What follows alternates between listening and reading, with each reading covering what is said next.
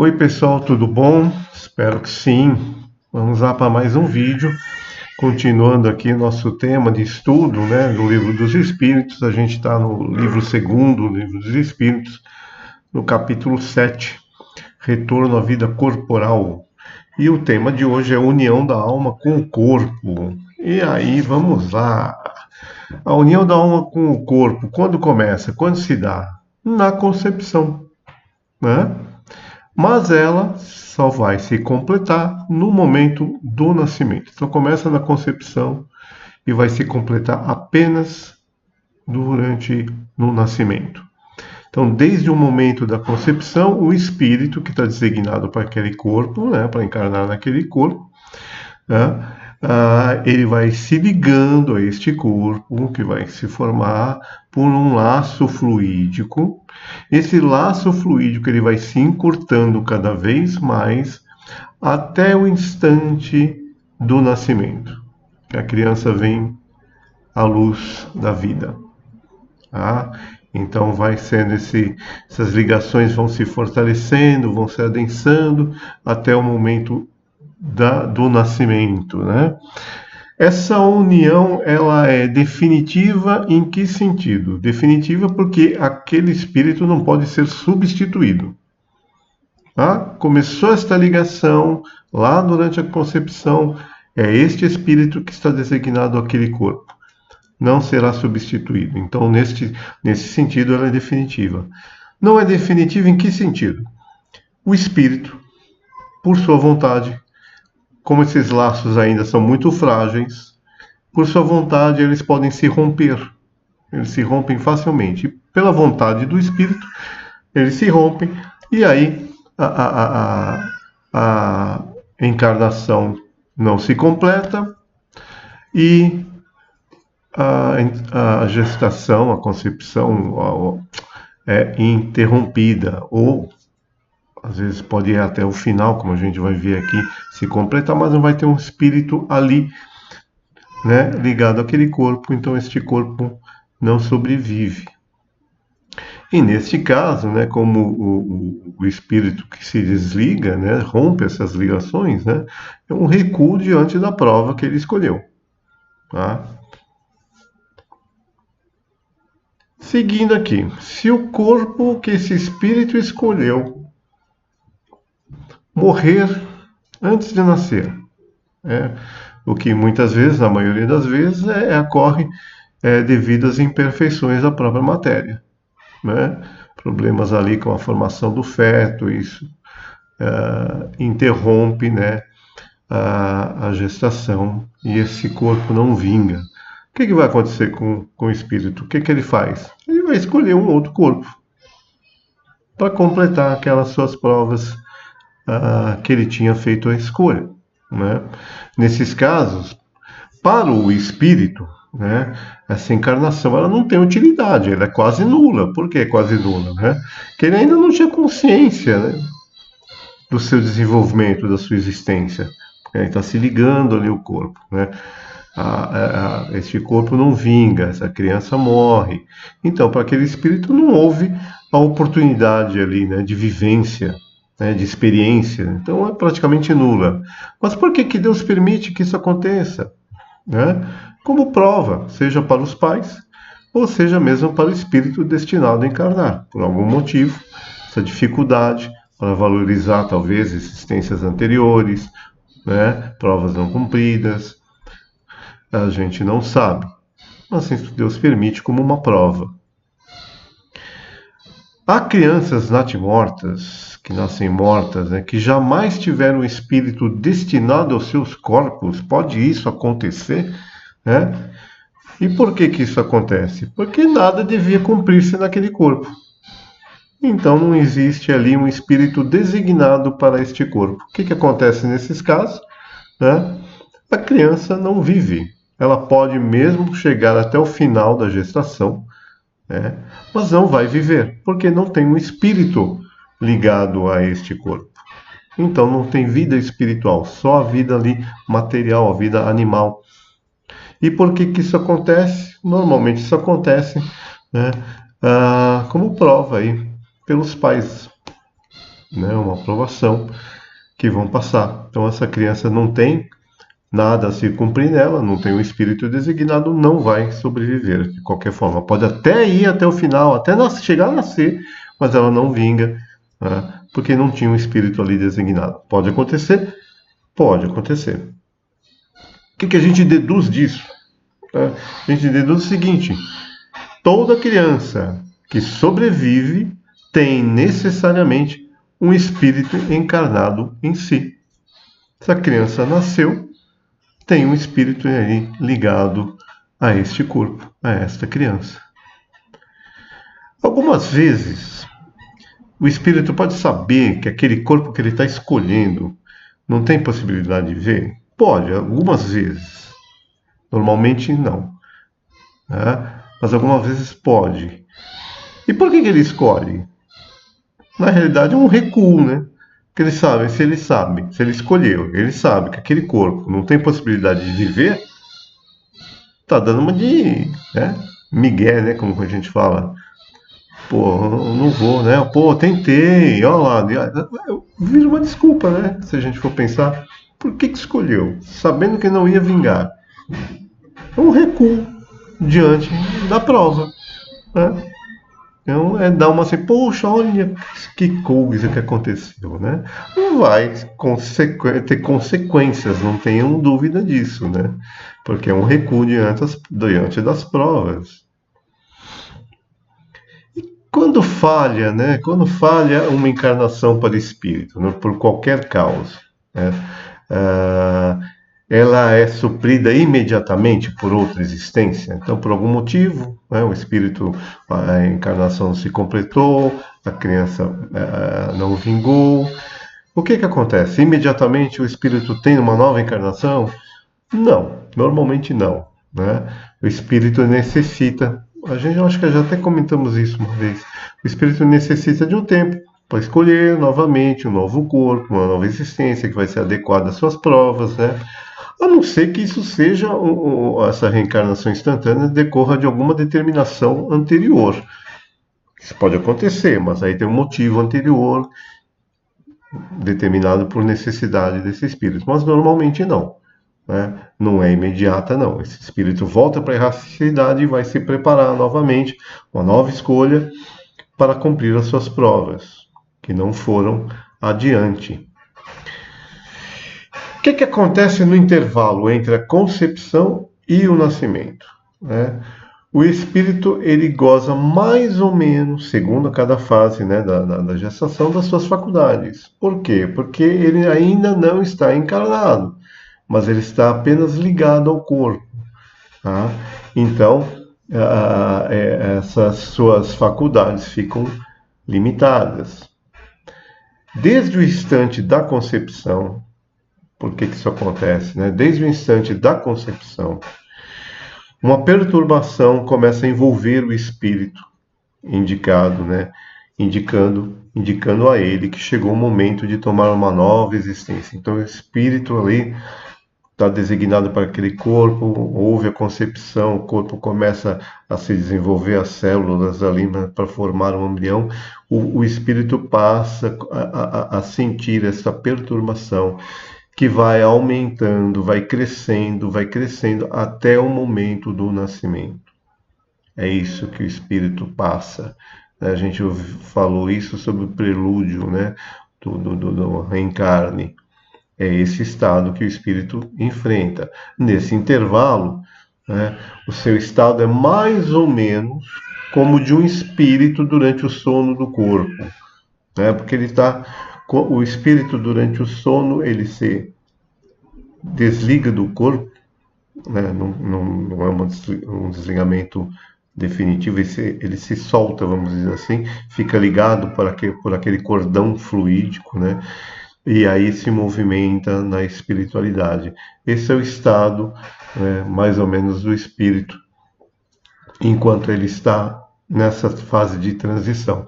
À medida que o momento do nascimento vai se aproximando, né, as suas ideias vão se apagando, assim como a lembrança das vidas passadas, então ele vai perdendo, vamos dizer assim, a consciência de si mesmo, né, e isso vai voltar depois que ele voltar ao estado de espírito, desencarnar.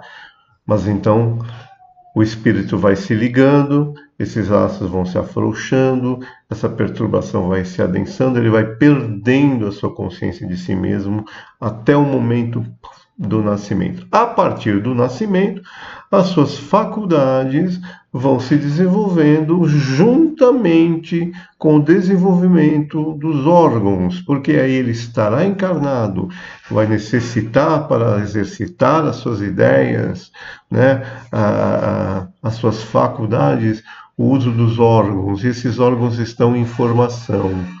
Então ele é até uma fase em que ele vai aprender, né, vai se adaptar ali para se servir dos seus instrumentos, que são os órgãos. Fala, ouvir, ver, né? Esses órgãos estão ainda ali a partir do momento do nascimento, ainda em formação, se desenvolvendo, o espírito vai se adaptando, né? E aos poucos as suas ideias, as suas faculdades vai voltando, pouco a pouco, né?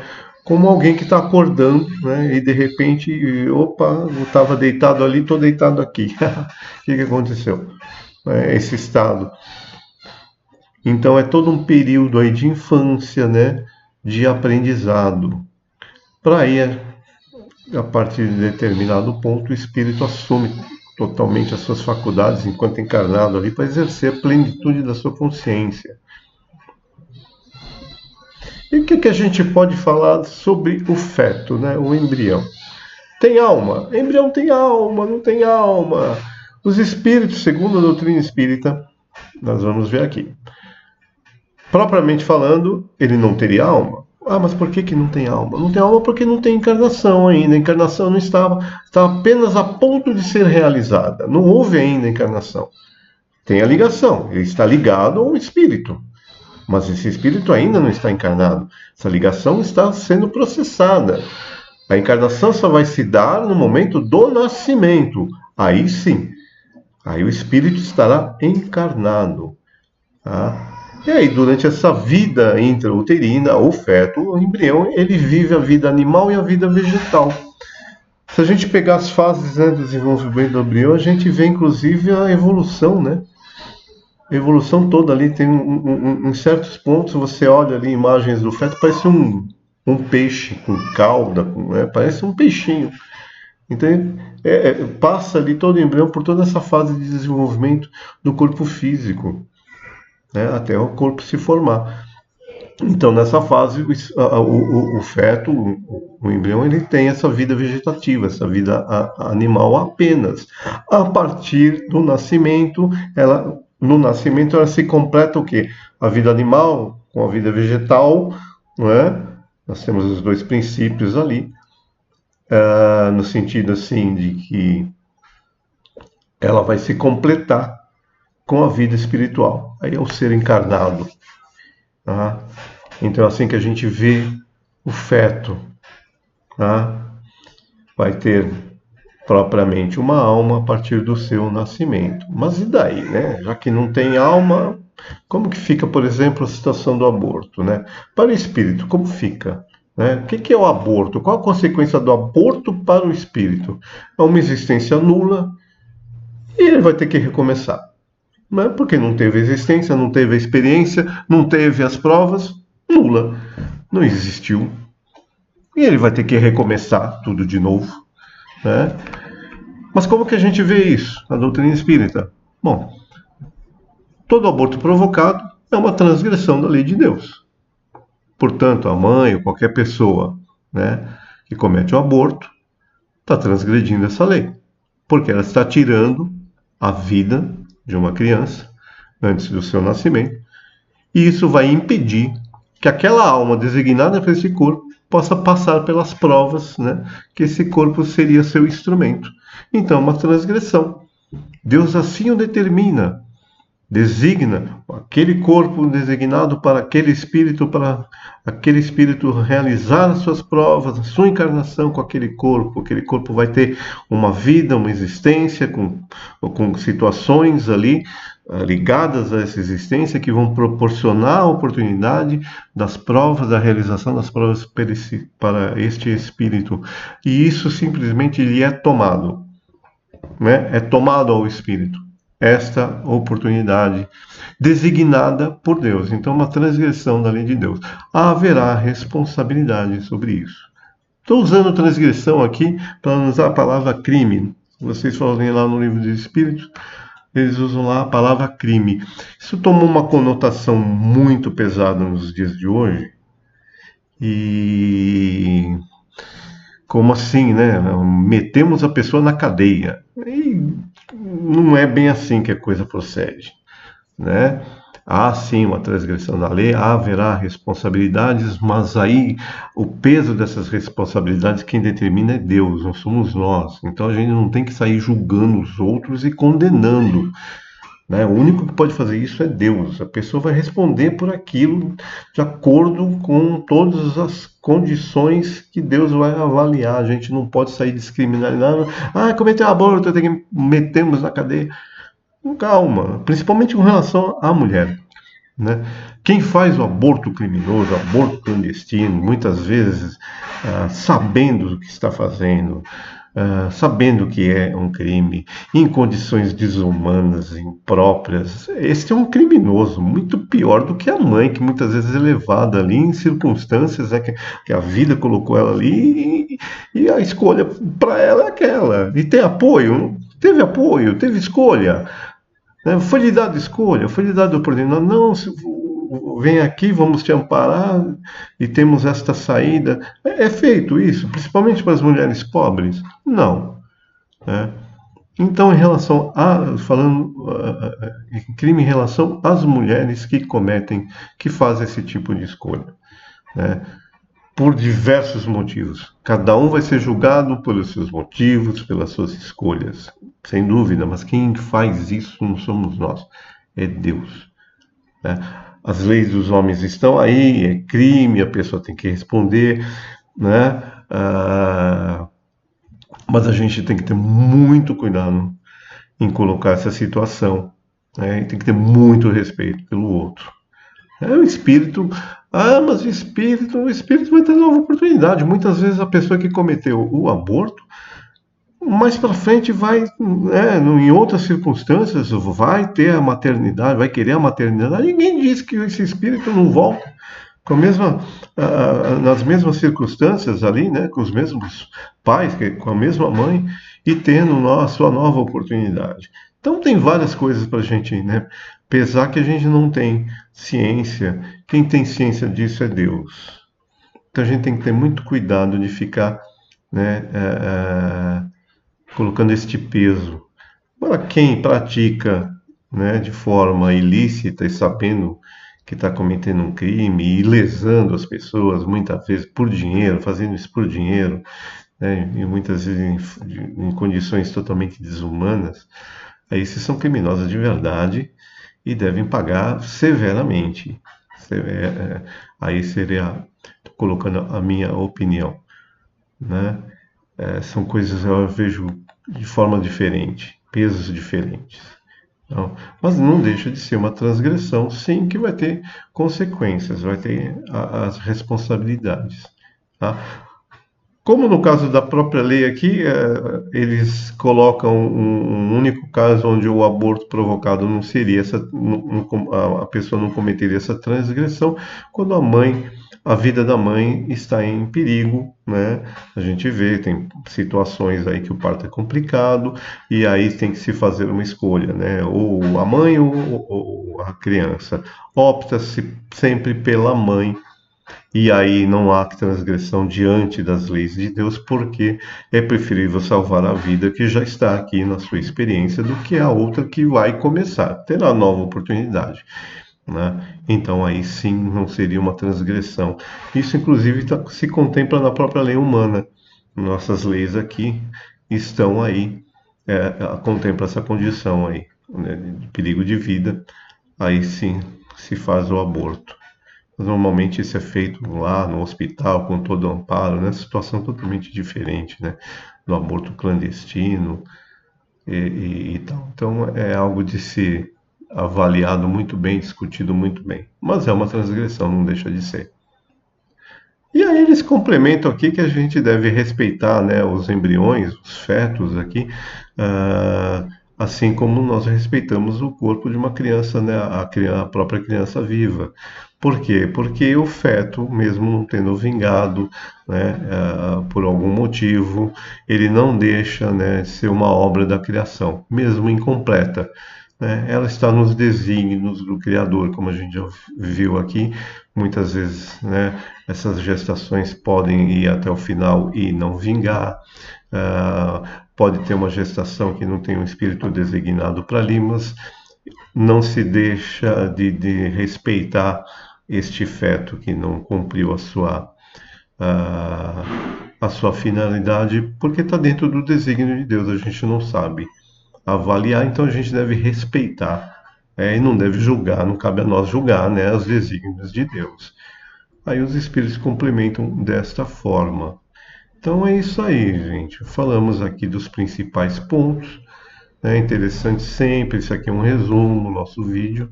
Leiam, né, o capítulo, que aí a gente se aprofunda mais. E na quinta-feira, na próxima quinta-feira, a partir das 20h30, a gente vai estar lá para discutir esse assunto, união da alma e do corpo, né? Tirar dúvidas, ouvir comentários, fazer comentários. Então, até lá, pessoal. Fiquem com Deus. Até a próxima quinta. Quem estiver no estudo, óbvio.